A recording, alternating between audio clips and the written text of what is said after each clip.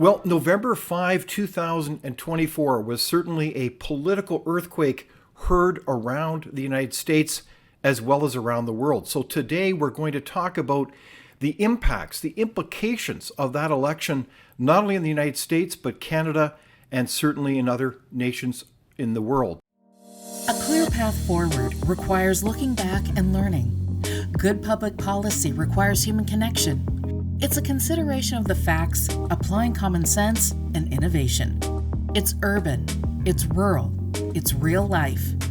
We all have something to contribute. We all have a responsibility to get informed because there's a little piece of Canada in all of us, isn't there? Let's learn on this path together. This is Leaders on the Frontier. So with me here today is Conrad Black to discuss that whole topic today. Welcome, Conrad Black, my friend. Oh, thank you, David. Good to be with you. Well, good to see you. And, you'd never believe that there's so much agenda unfolding. I want to start with the U.S. election. It seems like quite a while ago already, but it was a stunning election for Donald Trump and the Grand Old Party, as we saw not only the popular vote come on track for the GOP, they won that, but also they won the Electoral College for the White House, and they also cleaned up within the Congress.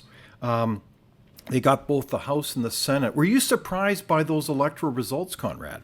Actually, in this case, I must say that I was not. I predicted them quite accurately. Obviously, I followed the campaign extremely closely, and my reasoning was that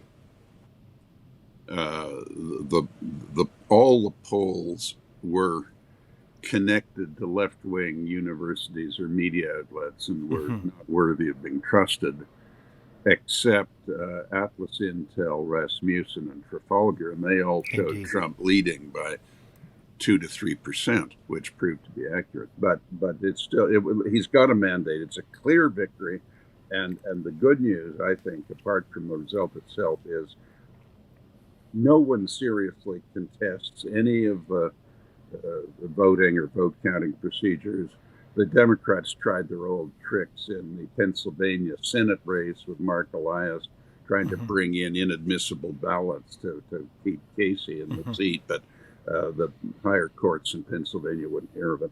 And so there were all sorts of people saying, "Oh, it's going to be violent." I never believed that, but I thought there might be more efforts at skullduggery than there were. It was a clean election, in fairness to both parties, no evidence of any funny business, hard fought, well financed, $16 billion spent on presidency, and it was a clear cut victory, not a landslide, but a clear cut victory. And Trump has a mandate to do what he promised.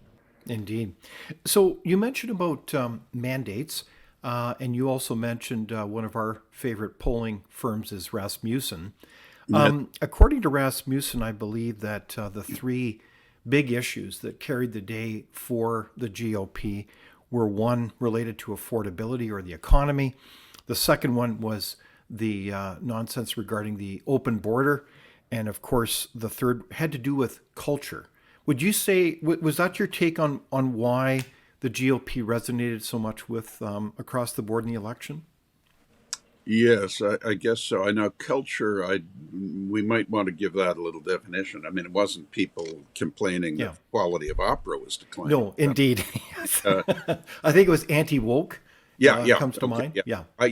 Look, I think the green terror, the wokeness, the white privilege argument, the systemic racism argument, this atomization, which really got going with Obama, that everybody had to look through all public issues through the prism of racialization, which is nonsense. 95% of Americans don't really care what race anybody is. They're decent people trying to get on with their lives. And in the end, Trump basically said that. He said, "Look, we're all Americans. Let's raise the flag, salute the flag, and all build the country together." And people were sick of that backbiting and endless fault finding and the denigration of American history. And And yes, on the economic side, they all remember. They may not be all of them literate, particularly, or even particularly numerate, but they know from going to the grocery store and the gas station that when Trump was there, per capita disposable income increased 8.5%, and when Biden was there, it declined by 3.5%. And you don't have to be Einstein as a mathematician to figure out the implications of that, especially if it's your money. And yeah, the border. I mean, how on earth the Democrats thought they could simply let 10 or 12 million people. I don't doubt most of them are decent people, but on the other hand, you just can't do that. I mean, Yeah. no country can function without maintaining its borders. Now, obviously, the inauguration is January 20th. So things have not even been installed yet as a new presidency. But there seems to be kind of like a Trump bump, if you can say, and I want to talk about that a little bit with you, in the sense that out of this election, there seems to be kind of a change in optimism that's going on.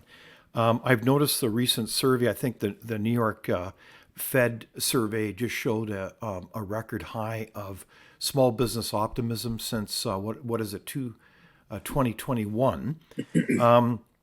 You've got growth in the stock market, but also in the culture. It's fascinating, and maybe I'm reading too much into this, Conrad. But you've got Donald Trump, the man of the year on Time magazine. You have this kind of a sense of anti-woke sentiment, like this tide is turning in terms of culture, even in religious faith. And he was at the dedication of the incredible cathedral Notre Dame in Paris. So what's going on here? Is this a new kind of zeitgeist that's happening as well? I guess what I'm trying to get at is this wasn't just an electoral victory, but is it too much to say that this is also a cultural moment? I don't think it is too much. I think you're right. I think you're absolutely right, David. You've got a couple of elements here. I think one is you're right. It wasn't just one president retires and then another is elected. Obviously, that happens, quite often in American history. And it wasn't just that. It was a change of the philosophical orientation of one group for another. And I think I mean, watching the Homeland Security Secretary say the border is secure on a split screen on Fox News, where in the other half of your screen, there's hundreds of people just walking across the border, like you or I crossing the street we live on or something. And the whole thing, the diversity, equity, tyranny, the green extremism. The constant criticism of everything American, the re-examination of American history, the attempt to present the great United States of America as essentially a slaveholding operation, all of this, they just couldn't stand it anymore. So let's shift topic a little bit to the issue of the media. You certainly have had an incredible leadership role yourself as a media mogul. So if we look at the mainstream media, it's quite a story in this last election where the legacy media really weighed in thoroughly for a Harris presidency.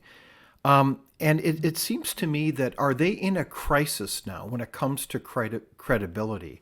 I mean, you just cited the recent case of George Stephanopoulos and ABC paying out $15 million in a lawsuit with Donald Trump successfully winning that kind of agreement. But you have, it's just stunning, the example after example where you had things like MSNBC, you had Morning Joe and Marika calling Trump a Nazi, an authoritarian, and then a few weeks later sitting down for coffee at Mar-a-Lago. I mean, it's kind of like, doesn't that create a credibility gap with the legacy media now? Yeah, Mika Brzezinski's father, Zbigniew Brzezinski, knew very well, and her mother, was the niece of Edvard Beneš, the Czechoslovak premier at the time of Munich. The irony. And Brzezinski, Zbigniew Brzezinski, as you know, was President Carter's national security advisor. Very Yes. able man, a Pole, well, a Polish father and a Czech mother. They knew what Nazis were like. They knew what they were like, and they knew Indeed. that Donald Trump was not a Nazi. It's this. What's the right word? Is this not? It's not just indiscipline. This recklessness, where Yeah, where indeed. where it's like calling, say, a person you buy a newspaper from at your newspaper stand on your way downtown in the morning is rude. You say, "You're Satan. You're Satan. You're being rude to me." I mean, it's just this absurd Well, childish. they end up being clowns. I mean, Yeah, how can anyone take them seriously now? yeah, It's bizarre. And this is what I'm probably naively hoping for, that out of these kinds of elections where the rhetoric goes utterly over the top, that people realize that you're not serving anybody, least of all the electorate, with this kind of histrionic, dramatic language. So, anyways, we'll wait and see on that one. yes, Let's turn to cabinet picks. It's very interesting. I mean, there's so many of them. They're yeah, unfolding rapid fire over the last time from the moment of the election. You've, of course, got J.D. Vance, the vice president. You've got Tom Homan in terms of border security. Marco Rubio, Senator Marco Rubio from Florida, as the Secretary of State nomination, and Mike Walter in national security. And of course, one of our friends, Dr. Jay Bhattacharya, for the head of the National Institute for Health, and even Russell Vogt. I've certainly followed him closely for the offices of management and budget. So, are you hopeful that there's some very capable cabinet possibilities here in the Trump administration? not only capable, but seriously determined to make radical reforms. I don't mean reckless, authoritarian, destructive reforms. I mean Yes. serious re-examinations of policies that have just become encrusted with excessive bureaucratization and just slovenly procedures that you get in any organization after a while if you don't update it. And I mean, some of them are bold choices. I think, look, Robert Kennedy is he's a pretty funny guy, and some of the things he said and done are not insusceptible to question. But look, I think that's a very good group, and it's not just a bunch of good old boys from Georgetown who have been in and out of government all their lives, and they are dedicated to the incoming president's program. And I think the country has given him a mandate to make substantive changes along the lines he's promised, and I think he's choosing a team that will do it with him, and that's Indeed. his right and his duty. No, I think you're right. It signals a fundamentally transformative approach to reconfiguring the U.S. government in so many ways. And of course, we'd be remiss if we didn't talk about the economy and the size of the U.S. government. And of course, this DOGE effort, this Department of Government Efficiency effort. And he's made some very interesting appointments, including, of course, Elon Musk, as well as Vivek Ramaswamy. And it's fascinating. These two gentlemen bring a real determination and kind of an entrepreneurial zeal to the task. Are you optimistic that they'll be able to reform the size and scale of the U.S. government? I think that I'm optimistic they'll make a difference. I don't know that they can get $2 trillion out of it, but in my opinion, they will certainly reduce spending and produce a greater efficiency, and they have the public behind them. With men like that and a mandate like this serving the president they do, I would be astounded as well as disappointed if they didn't make an appreciable difference. Now, with that said, I have no fear that they're just going to tear the government apart and reduce it to chaos, which some people have said. They won't do that. I mean, Elon Musk is he's an unusual cat, but meanwhile, his companies work well. I mean, as the president-elect said, he didn't look like any crackpot when they retrieved that missile. It was just coming down, and those arms went out and brought it in. It was a man who creates a company that can do that is deserves our attention. Indeed. Yeah. So let's watch that one closely.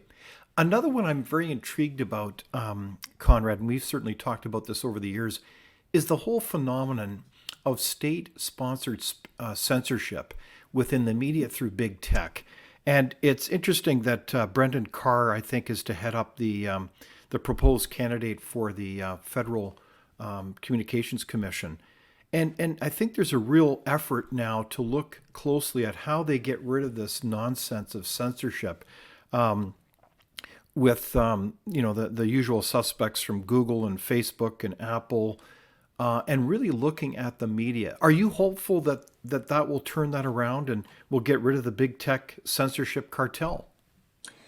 Um, I'm hopeful we'll get some kind of reform to make the system work better. Yeah, I'm not exactly sure how it's going to work, but this business of them masquerading as a utility, a carrier, like a telephone company, having nothing to do with content, when in fact they censor people.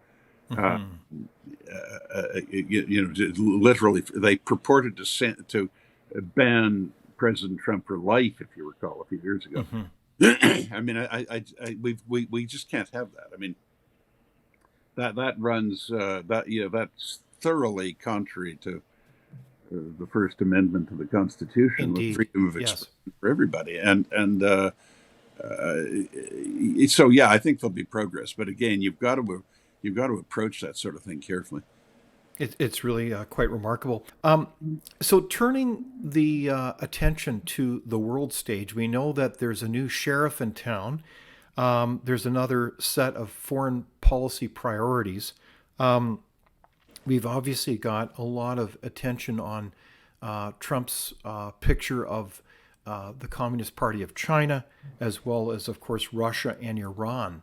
But what do you sense as what's going to happen? I mean, it's interesting. Before Donald Trump is even inaugurated, you have talks of peace breaking out in the Ukraine. You've got all kinds of interesting things unfolding in the Middle East. You've written extensively about here how Israel's made such a big impact.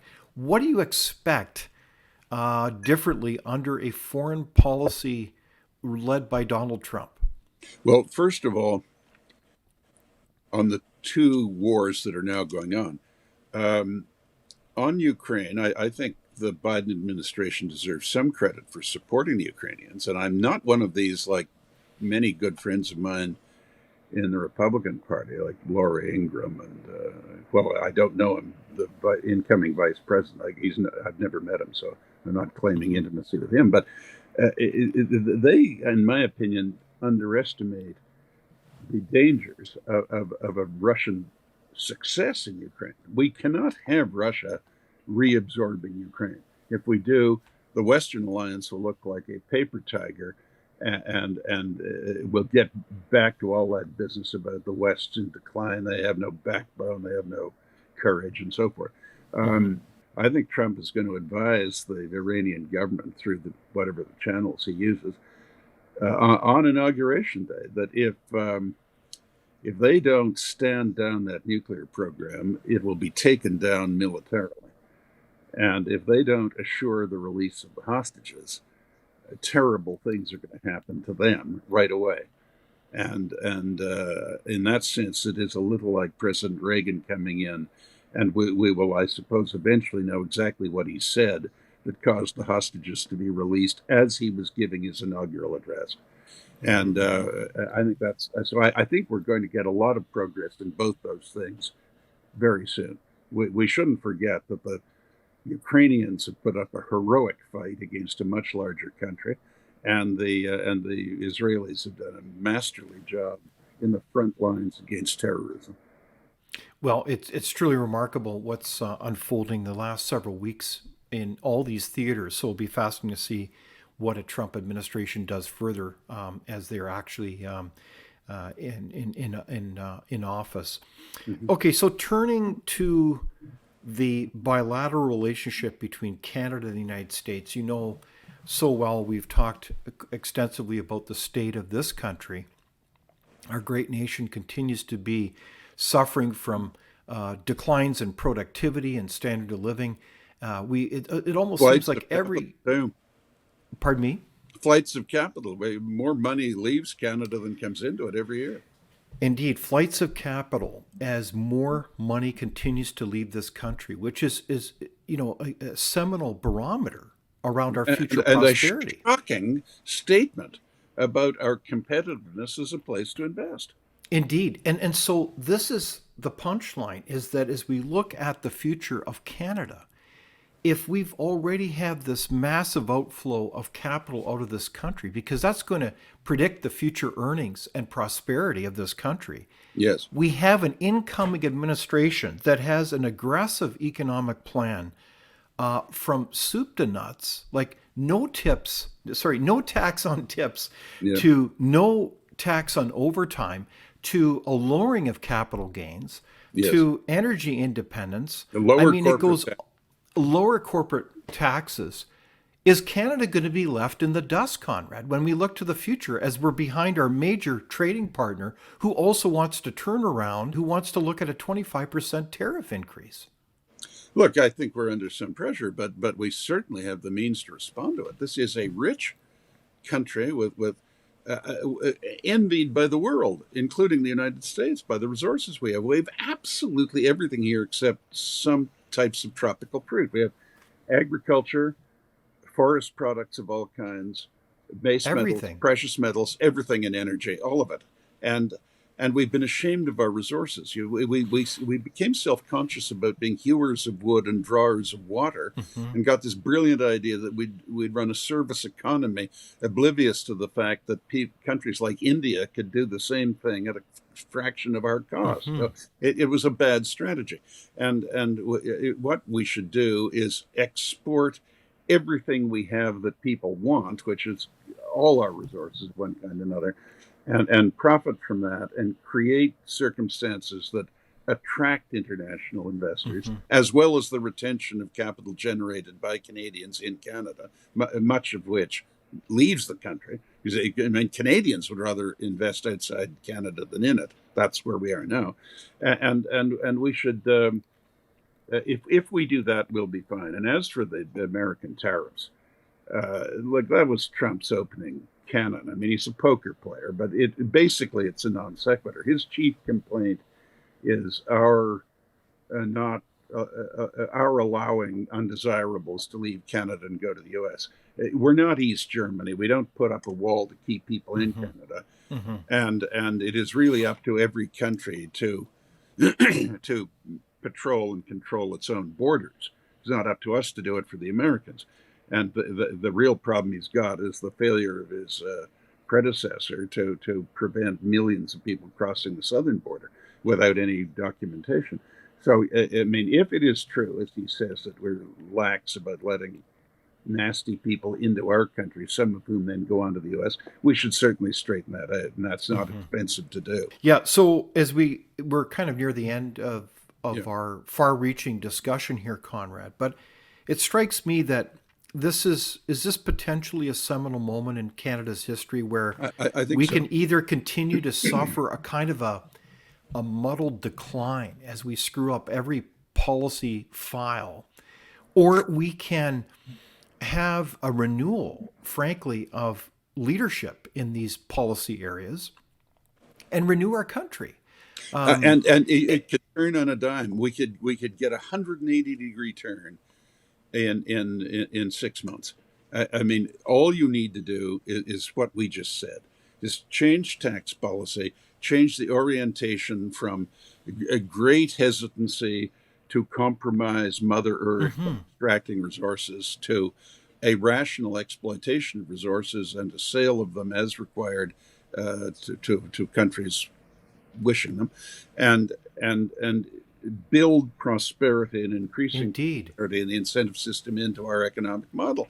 But I'm older than you, David. But when we were young, Canada was neck and neck with Australia as the second most prosperous country in the world after the U.S., leaving out the petro-states and the tax haven states. I'm not talking Wow. about Monaco and Hmm. Luxembourg and Liechtenstein and Kuwait and Norway, really. I'm talking about integrated economies. And all kinds of them have passed Hmm. us now. I mean, we have no excuse for having a lower standard of living than the Netherlands.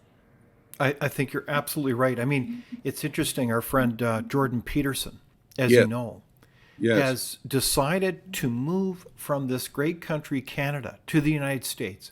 Yes. And we know that we, as much as we have everything going for us as a country, including natural resources, including a tradition of freedom and entrepreneurship, what really matters is the quality of our team. And we're losing Jordan Peterson as an example. I think one of the intellectual public bright lights of our world Yes. to the United States. So And the most what's the famous. significance of that? Well, Jordan's a good friend of mine, and I think the significance is that he's been persecuted, and he gets most of his income in the U.S., and he loves Canada. He doesn't want to leave, but they have persecuted him on the basis of 4 complaints that were political disagreements of view. I mean, you Absurd. simply can't treat people like this, and particularly not the most distinguished people in the country. I agree with you wholeheartedly. So in this context, are we saying that the election that happened in the United States, this earthquake, not of just simply political significance, but cultural significance, could be an opportunity for renewal of our own country, this great country called Canada? I believe so. I believe so. No, but we have to change our government too. I mean, but I think we will, and I think the opposition leader, Pierre Poilievre, will be very good. I think he will win, and I think he'll be a very good prime minister. Well, look, we've had a far-reaching conversation today, Conrad Black, and I want to thank you so much for spending the time to talk about today's topic, the United States election and Canada. Not a bit. Thank you, David. Very interesting. But I always enjoy speaking with you, and let's do it again whenever It you was a want. pleasure. Thank you. Splendid. Thank you, David. Bye. Thanks so much, Conrad. All the best, and we'll be in touch. Thank you for watching Leaders on the Frontier. We're a nonpartisan think tank. We explore ideas, policy, and practical solutions that can make a difference in the lives of Canadians. We do not accept any government funding. We work for you. Thank you for supporting Frontier. Visit fcpp.org to give. While you're there, be sure to check out our latest articles and research. Without open discussion and debate, you're not thinking, nor are you free. Comment below. We'd love for you to join the conversation.